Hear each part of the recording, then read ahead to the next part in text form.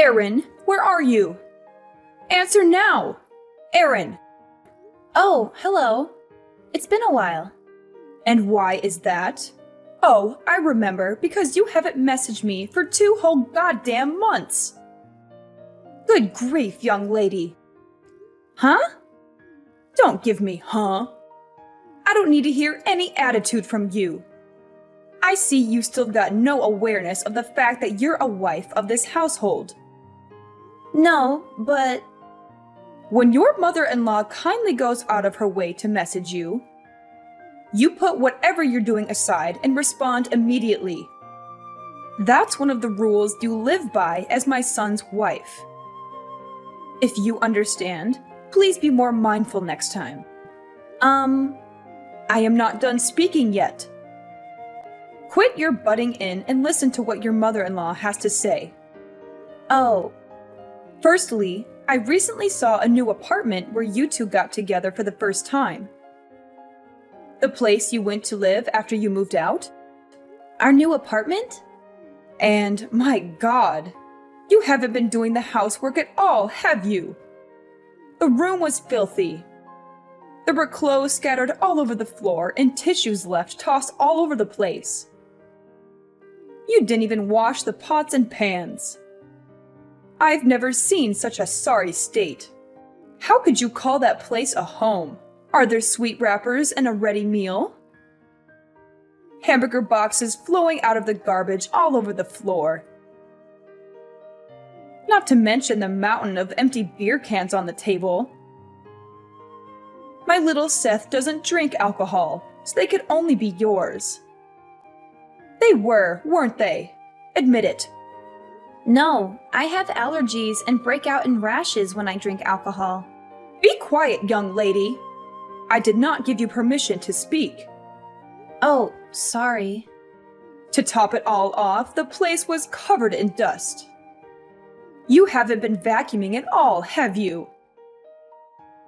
I only allowed you to continue working after you got married because you said you'd have no problem juggling your work with the housework. But if you're not capable of looking after your husband, I suggest you resign immediately so you can focus on your womanly duties. This is why women should stay at home housewives once they are married. Are you finished now? What? You appear to be making a lot of misconceptions, so allow me to correct you. Don't talk back to me, young lady. Me and Seth are already divorced. Yes, I'm aware of that. Huh? If you know, then why are you throwing around words like mother-in-law and wife? Why wouldn't I? Come on, Erin. Please use your brain for once. Even if you're divorced, as long as you and my little Seth are living together, you're still his wife. And you still have a role to fulfill in our family. It's your sacred duty and obligation to serve your husband with devotion and loyalty. And to display the proper respect towards me, your mother-in-law. Do you have any idea how little sense what you're saying makes? The fact that we're divorced already makes us strangers now. We stopped being a couple and started leading separate lives the moment the divorce was finalized. Which is why any notion that I have to look after or fulfill my womanly duties towards him are ridiculous, plain and simple. I already warned you, young lady. Don't talk back to your mother-in-law. I'm not talking back. I'm having a normal conversation with you, like a reasonable human being. Reasonable?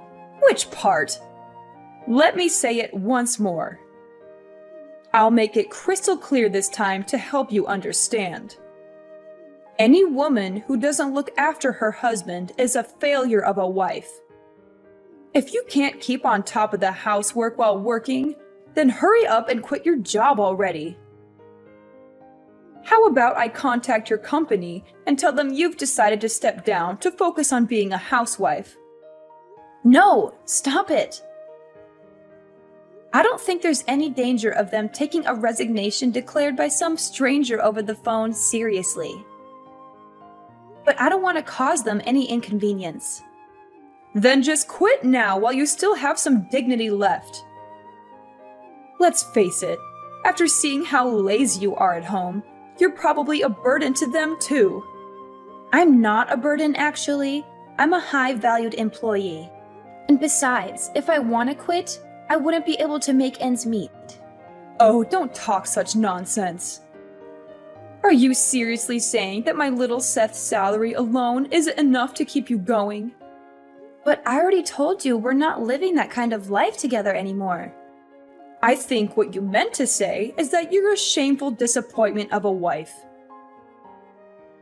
Looking after the household by skillfully managing the finances is a wife's duty.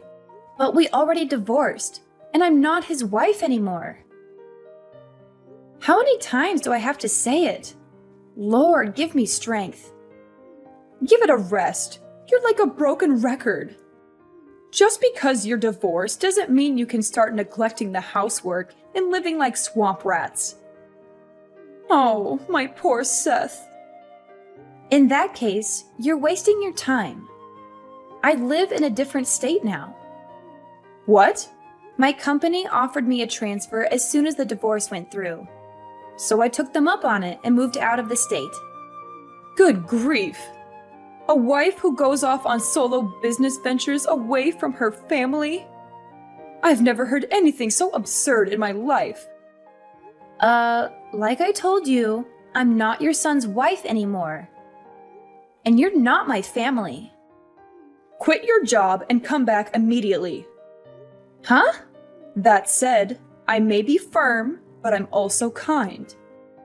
Which is why I'm willing to grant you some leeway. Common sense dictates the resignation procedures usually take about a month. So I'm very kindly willing to give you 30 days to make the necessary arrangements and come back. I'll look after little Seth in the meantime. So hurry up and quit your job and move back here so you can be by our side again. I told you, we're divorced. Quit talking nonsense. Now you're just arguing for argument's sake, young lady. Nonsense? You heard me.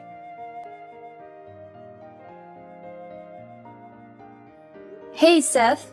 It's been a while. Is now a good time for you? Is that Aaron? Hey! Yeah, long time no see. Sorry to message you despite us being divorced and all. That's cool, don't sweat it. It's not like we divorced because we don't get along. Maybe things will change when one of us finds someone else. But for the time being, there's no reason we can't message each other.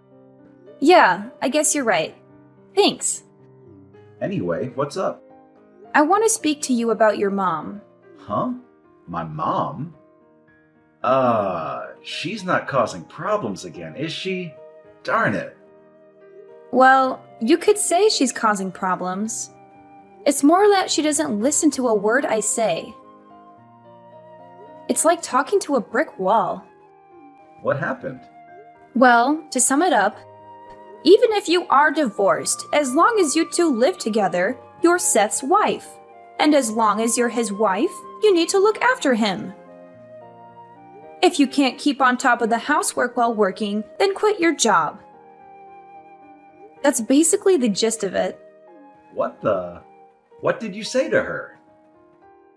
I told her that me and you are strangers since we divorced. And I keep insisting I'm not your wife anymore. So I have no obligation to do any of that. But she just keeps coming back at me with her favorite. I know you may be divorced, however, yada yada yada. The conversation goes nowhere because she ignores everything I say on a fundamental level. I give up. Oh yeah, that reminds me.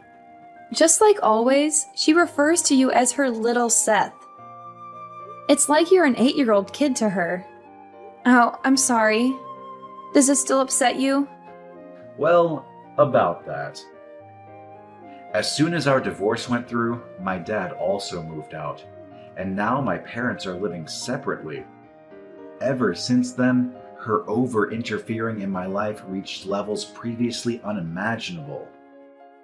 It got so bad I couldn't take it anymore. I was so desperate to get away from her. I snuck out of the house in the middle of the night a week ago so I could finally be free of her. I see. Sounds like it's been tough for you too, Seth. My mom was the reason we divorced in the first place, after all. I felt so guilty about you having to put up with her. I thought at least if we divorced, you'd be able to escape from it all. But even that didn't work, did it? It would seem I underestimated her. I'm fine, really. Don't worry about me. Actually, I got a transfer at the company, and I'm living far away in a different state. Now there's no danger of her following me and causing me problems. In fact, she couldn't possibly. Oh, really? I'm pleased to hear that. More importantly, what about you, Seth? If anything, it sounds like things might be more difficult on your end. Me? Well, you see, your mom insisted she was going to go over and start looking after you. Since I was failing to fulfill my womanly duties towards you with working all the time. Which means she must know your current address? What? But I didn't tell her. Really?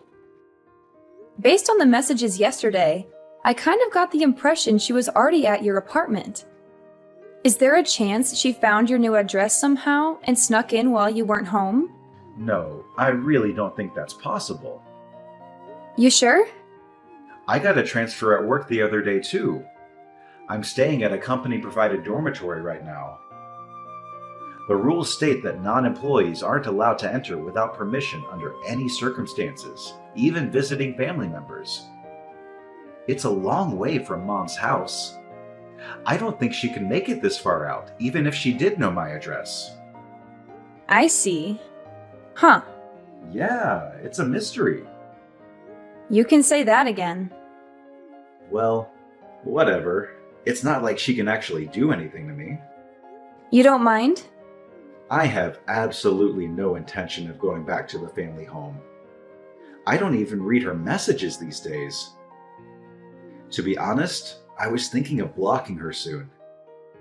She can do what she likes. It's not my problem anymore. After everything that went down, for the sake of my mental health, I resolved never to tolerate her shenanigans ever again. I see. It's probably for the best for you to block her too, Aaron. I may be her son, but you two are literally strangers now.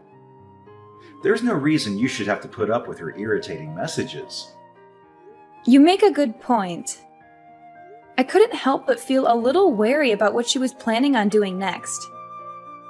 But actually, after keeping an eye on her a little while longer, just to be safe, I think I'm going to block her. I think it's for the best. Anyway, I'm about to jump in the bath. Sure. Thanks for today, Seth. Night-night. Good night.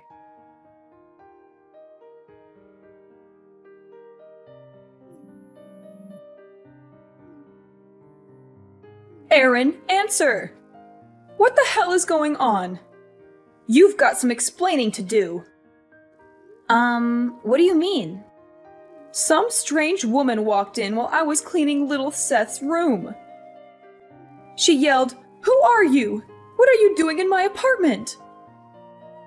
Before I could even figure out what was going on, some middle-aged guy bolted in. They started shouting like crazy lunatics and threatened to call the police. They were saying such awful things to me, Aaron. It was horrible. I was so startled I ran to the bathroom and locked myself in. What's going on? Explain. Oh no, you didn't. Goodness me. There's no way. You didn't, by chance, enter a complete stranger's house, did you? Huh? Where are you right now? In the apartment in Rainbow Town. What? Oh my god. That's not the room in the tower block called Comfort Heights, is it? Tell me it isn't. Yes, it is. What of it? Room 202. I came to clean this filthy mess of a room for my little Seth. Since you were too busy playing the important office lady to fulfill your womanly duties. You and little Seth are living together here, right? Why do you think that? Because there are 2 sets of plates and cutlery. But then this happened. I have no idea what's going on. Listen, Marissa, the apartment you're in right now belonged to my aunt who let me stay with her for about 10 days after me and Seth finished with divorce proceedings. Wait, what? Your aunt? However, my aunt moved out a month ago. Based on what you're telling me, it seems like some new people moved in. But that doesn't make any sense. I found this address in my little Seth's room. It was written on a notepad I found on his desk. He probably wrote it down when I told him where I was staying. Huh? I had a lot of stuff when I moved out, but I didn't want to hang around and get in his way for too long. So he said if I forgot anything, he'd send it later on in the post. Which is why I told him I'd be staying at my aunt's until the end of the month and sent him her address. He probably just forgot to toss his old notepad in the trash. How could this be? I thought he wrote down his new address for me so I could come and see him. Oh my God. The only reason I didn't try following him when he disappeared in the night is because I thought, knowing his address, I could go and see him whenever I wanted. If this isn't his apartment, where's my little Seth right now? Tell me! Nope, sorry. I don't even know myself. I know you're lying. What kind of wife doesn't know where her husband lives? That just doesn't happen. Like I said, me and your son are no longer married. And like I said, even if you are divorced. Want to know the reason why we got divorced, Marissa? Because of you. What? Me? Seth hates how you meddle in his life all the time. He told me you've been babying him and interfering with basically everything he ever does since he was a teenager. Then when we married, you started acting like some kind of dictator trying to turn me into his personal slave. I was to cater to his every whim, at all times, regardless of what I wanted. He blamed himself, and his mental health took a turn for the worse. He stopped eating. He could barely sleep. He became a shell of his old self because of what you were putting me through. Huh? After a long, difficult decision, me and him decided that a divorce would be the best way to reduce the burden on both of us. So that's where we are now. Oh my God. I just wanted my cherished, beloved Seth to be happy. Is that a crime? He's the one who said he hates you interfering. You drove your son to the emotional and psychological brink with your psychotic behavior. Does that sound like happiness to you? Oh my God. What is this? I don't even... Is everything all right? What do you mean? I seem to remember you saying something about being locked in a stranger's bathroom. This is bad. I can hear police cars outside. That tends to happen when you illegally enter strangers' homes.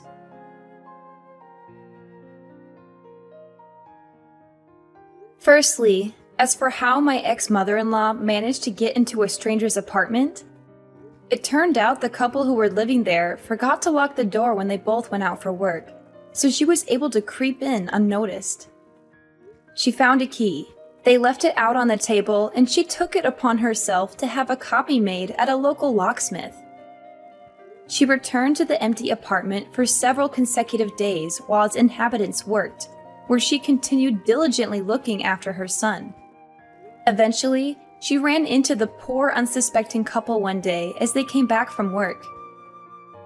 Naturally, she calls the police a major nuisance when they were swiftly dispatched to deal with this strange woman hiding in their bathroom. The incident ultimately ended up being the straw that broke the camel's back when my ex-father-in-law, from whom she had been living separately, finally divorced her. Apparently, she broke down into tears, screaming, wanting to be alone, not even knowing where her little beloved Seth had moved away to. Her own parents were no longer around, and she didn't have a soul in the world to rely on. Thus began her life alone. Now I'm living happily in an apartment my company provided for me when I transferred. I did get one last message before I blocked her, bemoaning how she cries herself to sleep every night because of me.